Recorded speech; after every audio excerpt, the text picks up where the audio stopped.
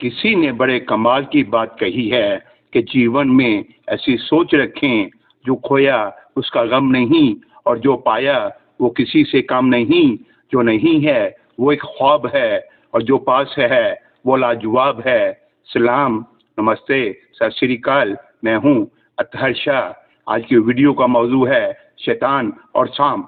اس میں ایک نہیں، بہت سے راز اور سبق پوشیدہ ہیں۔ تو چلتے ہیں ویڈیو کی طرف۔ کیا آپ جانتے ہیں کہ سانپ دوسرے جانوروں کی طرح 4 پاؤں والا ایک خوبصورت جانور تھا؟ تو پھر ایسا کیا ہوا کہ اس کے پاؤں غائب ہو گئے؟ شیطان اور سانپ کا تعلق اکثر مذہبی اور قدیم روایتی کہانیوں میں ملتا ہے، خاص طور پر مشہور روایت کہ کیسے شیطان نے سانپ کا روپ دھار کر یا سانپ کے ذریعے حضرت آدم اور حوا کو جنت سے نکلوایا، جہاں اس نے انہیں ممنوع درخت کا پھل کھانے پہ اکسایا، جس کی وجہ سے یہ گناہ میں مبتلا ہوئے اور انہیں جنت سے نکال دیا گیا۔ ایک اور روایت کے مطابق ابلیس نے شیطان سے کہا کہ وہ اسے اپنے منہ میں رکھ کر جنت میں حضرت آدم علیہ السلام کے پاس لے جائے۔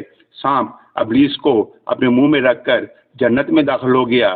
سانپ یہاں فریب، دھوکہ اور شیطان کی سازش کی علامت ہے، جو انسان کو خدا کی نافرمانی کی طرف مائل کرتا ہے۔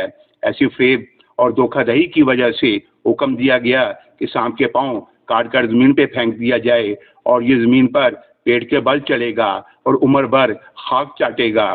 سانپ کو اس پیڑ کے بل رینگنے اور ہمیشہ کے لیے خاک چاٹنے کی بات اس حقیقت کی طرف اشارہ کرتی ہے کہ سانپ کو ہمیشہ ایک ناپاک، حقیر مخلوق اور ذلت اور حقارت میز وجود کے طور پر دیکھا جائے گا، اور یہی وجہ سانپ کی انسانوں سے نفرت اور دشمنی ہے کہ ڈسنا اس کی فطرت میں شامل ہے۔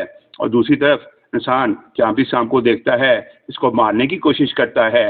جب تک اس دھرتی پر انسان اور سانپ کا وجود ہے، یہ دشمنی برقرار رہے گی۔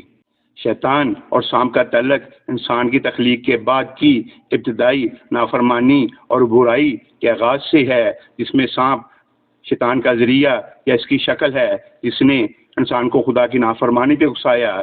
سانپ یہاں فریب، دھوکہ اور شیطان کی سازش کی علامت ہے، جو انسان کو خدا کی طرف نافرمانی کی طرف مائل کرتا ہے۔ سانپ کو اس کافتوں میں برائی، دھوکہ اور گناہ سے جوڑا جاتا ہے۔ اگر آپ کو یہ ویڈیو پسند آئے تو چینل کو سبسکرائب کر دیں، کومنٹس میں اپنی رائے ضرور دیں۔ آپ کی سوچ ہمارے لیے قیمتی ہے، اور اس پیغام کو دوسروں تک پہنچائے۔ دعا ہے اللہ تعالیٰ آپ کا حامی و ناصر ہو، آمین۔